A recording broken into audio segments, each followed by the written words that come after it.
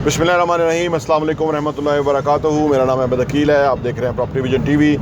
इस वक्त इस्लामाबाद में 2 लाख लोग ऐसे हैं कि जिनके पास अपना घर नहीं है, या आप यूँ कह लीजिए कि 2 लाख घर शॉर्ट हैं इस्लामाबाद में। और अगर आप साथ में पिंडी को भी शामिल कर लीजिए तो 4 लाख घर जो हैं वो इन दोनों शहरों में शॉर्ट हैं।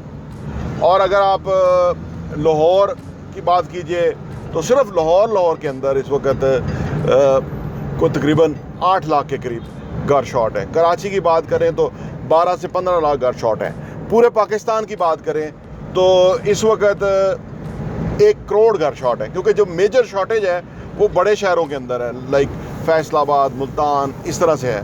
लेकिन ये जो लाहौर, कराची, इस्लामाबाद है, यहाँ जो लोगों का इनफ्लो है वो बहुत ज़्यादा है, इसलिए यहाँ मेजर शॉर्टेज इन शहरों के अंदर है। इसका मतलब क्या है कि अब अगर इतने घर शॉर्ट हैं, जो गवर्नमेंट भी स्कीम जो गवर्नमेंट ने अभी तक अनाउंस की है, जिसके तहत तकरीबन 45,000 लोगों को घर बनाने के कर्ज़े अप्रूव हो चुके हुए हैं, और उसमें से तकरीबन 50% को मिल भी चुका हुआ पैसा, और वो प्रोसेस है।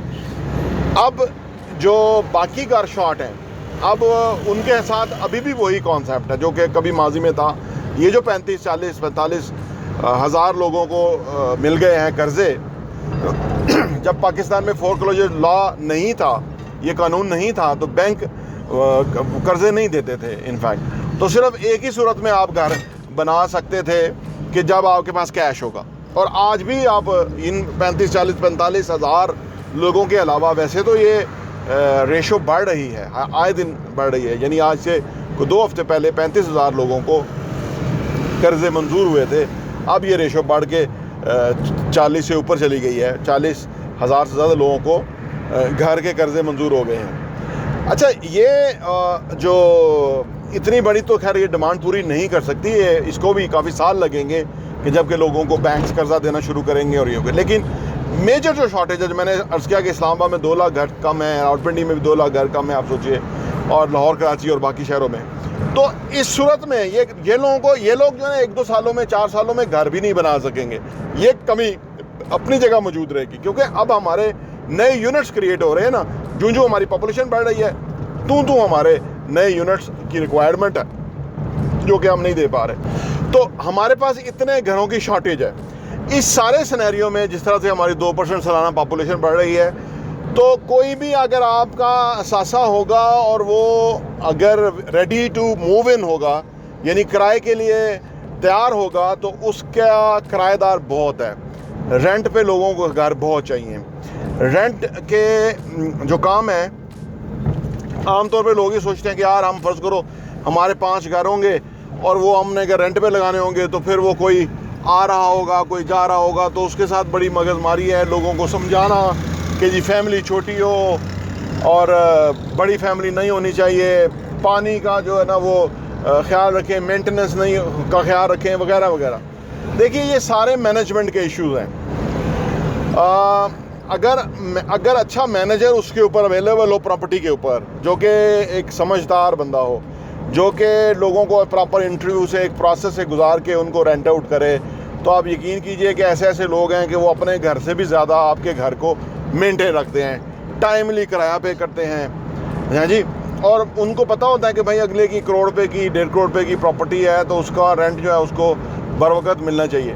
तो ये सारी चीज़ें जो हैं, अगर हम जायज़ा लें तो आज भी रेंट का जो बिज़नेस है, या रेंट का अगर आप अपने एसेट्स जो हैं वो रेंट पे लगाना चाहते हैं, तो आज भी एक रीज़नेबल सी इनकम है। मैं नहीं कहता कि बहुत बड़ी इनकम है, और ना ही मैं ये कहता हूँ, क्योंकि आपकी प्रॉपर्टी भी तो वैल्यू बढ़ रही है ना, अप्रिशिएट हो रही है। और अगर आपके ऊपर कोई भी एहसासा अगर आपको सोते हुए कमा के दे रहा है ना, तो वो असल सही मानों में एहसासा है, क्योंकि वो किराया जो है ना वो लोग आपको देते रहेंगे और आपका पैसा बनता रहेगा और पैसा जनरेट होता रहेगा, और कुछ सालों के बाद आपका जो वो उस प्रॉपर्टी की कीमत भी पूरी हो चुकी होगी, और वो जो प्रॉपर्टी है वो भी अप्रिशिएट होके एक्सपेंसिव हो चुकी होगी।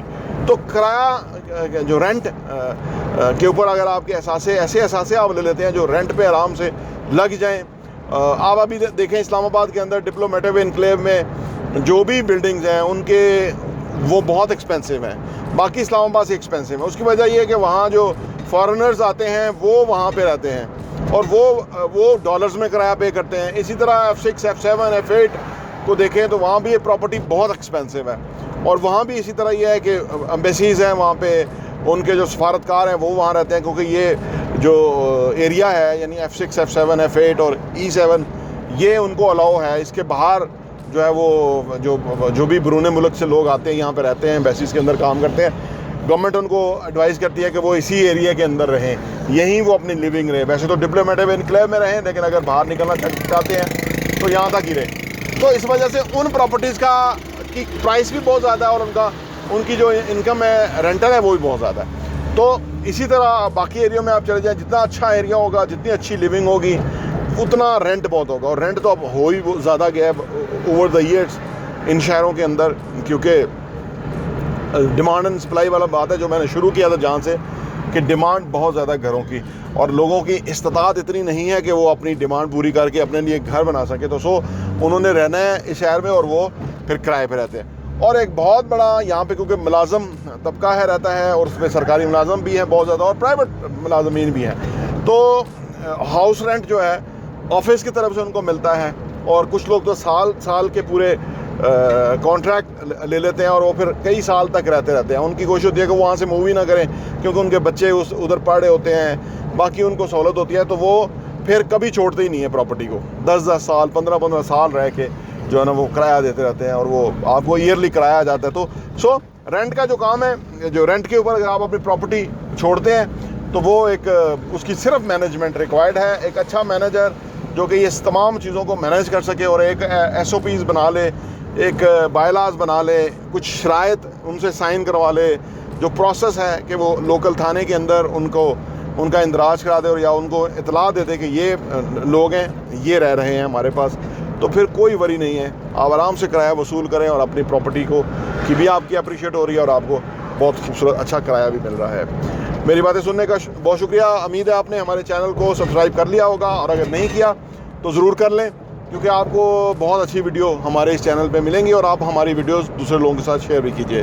और हाँ, यहाँ मैं आपको ये भी बताता चलूँ, प्रॉपर्टी विजन का जो हमारा एडिशन है वो साल के 12 एडिशन आपको सिर्फ 1000 रुपये के ऊपर मिल सकते हैं। आप अगर आप चाहते हैं कि आपके पास ये सॉफ्ट कॉपी में आ जाए और आप उसको अपनी ईज़ में पढ़ सकें और मुख्तलिफ़ चीज़ों को गौर कर सकें, हमें आप व्हाट्सएप कीजिए ताकि हम आपको वो भेज सकें, ताकि आप वो कंटेंट पढ़ें, वो मवाद पढ़ेंगे। जिस तरह आप अच्छा कंटेंट पढ़ेंगे कि कैसे पैसा कमाना है, कैसे पैसे को मल्टीप्लाई करना है, कैसे पैसे की टेक केयर करनी है, कैसे पैसे को जो है ना वो सही जगह पे डायरेक्शन पे लगाना है, कैसे एसेट्स बनाने हैं, असासों से किस तरह कमाना है और वो कमाने के बाद उन पैसों को किस तरह से इन्वेस्ट करना है, इस तरह की बहुत ही ज़बरदस्त इन्फॉर्मेशन जो है वो रियल एस्टेट के हवाले से हम प्रॉपर्टी विजन के मैगज़ीन के अंदर पब्लिश करते हैं और वो हम आपको इंशाल्लाह भेजेंगे। प्रॉपर्टी टीवी देखने का बहुत बहुत शुक्रिया।